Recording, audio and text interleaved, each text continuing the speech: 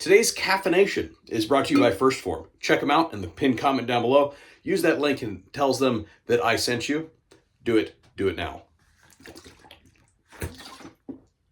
Hi everyone, welcome in. Thanks for tuning in. My name is Kurt Hallstrom and I run the VSO Gun Channel, and it is great to be here as always. Now, over the weekend I did a really quick video detailing why I believe the New York City assassin's weapon malfunctioned. And don't get me wrong, there are a whole lot of theories out there. Nobody knows the absolute answer at this time, but some of those theories are better than others, and I think I got a pretty good guess. That said, for those of you who don't know me, I have been working in the gun industry for over a decade. I've been running this channel for a little bit longer than that, and I have a decent amount of experience on firearms as detailed by my library that you can go back and review. And specifically, I have a pretty decent amount of experience on suppressors. I've tested about 100 designs of suppressors to date. Now, as I mentioned, some of those theories are considerably better than others. One of the theories that I find to be absolute screwball is that it was a B&T Station 6 in use in that incident. And, initially I was like, well, what the heck is a B&T Station 6? I've never heard of this thing before because it's a very expensive niche firearm that's pretty rare. It's a copy of an old WW2 weapon. And I looked it up and I was like, well, it doesn't really look like a B&T Station 6, but we are talking about a piece of video that's pretty crappy. In fact, if you watch it, you can see that it's actually a recording of a recording. So somebody was recording a security camera screen and then they published that on the internet. So really, really terrible video. And we're all working off of the same piece of video. So I can understand why somebody would make that mistake.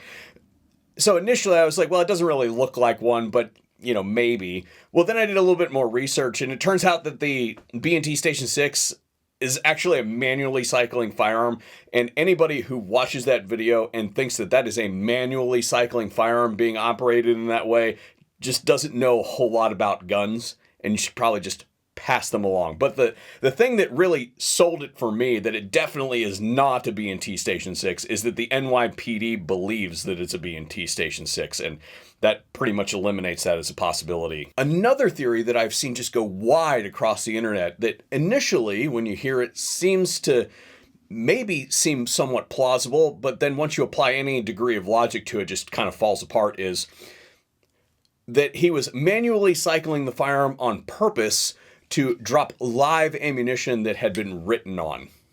As in, the first round that he fired was one thing, and then the next subsequent were written on, so he planned to eject those so that they would be found whole. If you wanted to leave live cartridges that you have inscribed, why wouldn't you just reach into your pocket and drop them? In my opinion, I believe that he intended to leave a whole bunch of shell casings that had been written on, not live ammunition. So what exactly do I believe happened? Well, we're going to demonstrate that here today. What I have here is a semi-automatic pistol with a suppressor equipped on it. So this is a Glock 19. This is the compact frame handgun from Glock. Very ubiquitous, very popular. And then we have a pretty high quality can here with a rugged obsidian on the front. Now, I believe that the can that was used in that incident was a homemade suppressor. And there's a couple reasons I believe that. The first is that the NFA is a thing, and it would be exceptionally stupid to use an NFA item. And statistically speaking, NFA items are not used in crime. In fact, in my recollection, I think there are only 2 other incidents in which an NFA device was used in an active crime, and one of those was by a member of law enforcement. So there you go. The second reason is that we saw some really atrocious accuracy out of that first shot. He was very close to the dude, shot, and ended up hitting him in the left calf with the first round, and then the gun malfunctioned. That indicates to me that the suppressor was not very well made and caused a massive point of impact shift. And after you've rattled around down your suppressor, sometimes it gets a little bit better, because I believe that this was probably some kind of trash homemade suppressor. In fact, I have been served up a whole bunch of ads on Facebook for these specific devices over the course of the last couple days. So it would not surprise me whatsoever if this was some kind of Temu special that was being marketed on the quote-unquote black market. And then the third reason that I believe that this is a homemade can is this little guy right here. This is what is known as a linear inertial decoupler. Short is LID. The technical term would be a Nielsen device after the inventor, and then the slang term would be a pistol booster. And the way the pistol booster works is it goes up inside the expansion chamber, and when the weapon fires, it instantaneously decouples the mass of this can. If you want a more thorough discussion of that, see my previous video. But basically what that allows it to do is allows the pistol block to move out of the way, even though there's a big weight on the end. Now, it is possible to disable that pistol booster. And so what we're going to do today is we're going to go outside, even though it is raining cats and dogs today, and we're going to shoot this combo in the functional configuration. And then we'll disable the booster and show you what it looks like when the gun is trying to unlock adverse to the can. And I think you'll see something that looks very similar to what you saw in that initial video. That and more after we hear a quick word from today's sponsor, First Form. First Form is a pro-freedom supplement and nutrition company.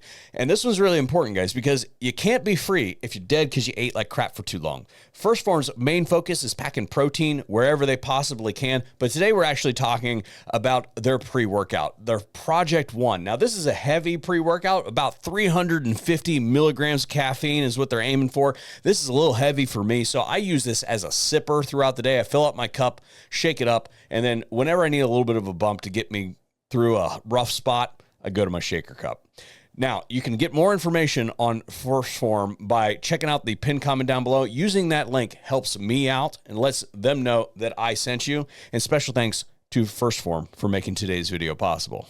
So right off the bat, this is with the booster in place and fully functional.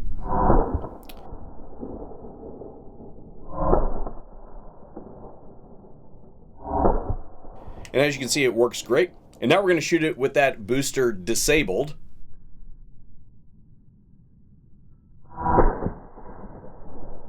And what you can see here is as the gun tries to unlock itself, it only partially gets unlocked. But due to the extra weight on the end of the barrel, it can't quite get past those locking lugs. And you can see that it is this kind of violent interruption of the slide coming backwards because the whole thing is running into itself. But that amount of unlock that we saw that looked something like this is enough to let the gas come out. So there's going to be some gas buildup in the can because this is a direct blowback gun. Some of that gas is going to backflow, and you're going to see some of that material come out around the action. Also, that is another way to eliminate that was a B&T Station 6, because a B&T Station 6 uses wipes. It does not use precision machined baffles like this can does. It actually punches through those wipes, and that is going to sequester the majority of the gas until the gun is unlocked. And then as the gun is unlocked by hand, then you're going to see that smoke come out, and that's just simply not what we saw in the video in question.